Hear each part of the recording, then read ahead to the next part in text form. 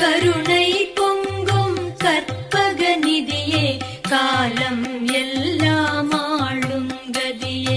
உருவவிந்தையே உலகின் ஆதியே பொய்யார வடிவாயசையும் அழகே ஓங்காரமாம் பிரணவ எழுத்தின் உயரிய வடிவம் கொண்டு விளங்கும் சிங்காரமே சிவனார் மகனே செய்வரத்தின் தெள்ளிய பொருளே கணங்கள் சூழ்ந்திட அமர்ந்திடும் பதியே கரிமாமுகனே ஸ்ரீ கணநாதா துணையா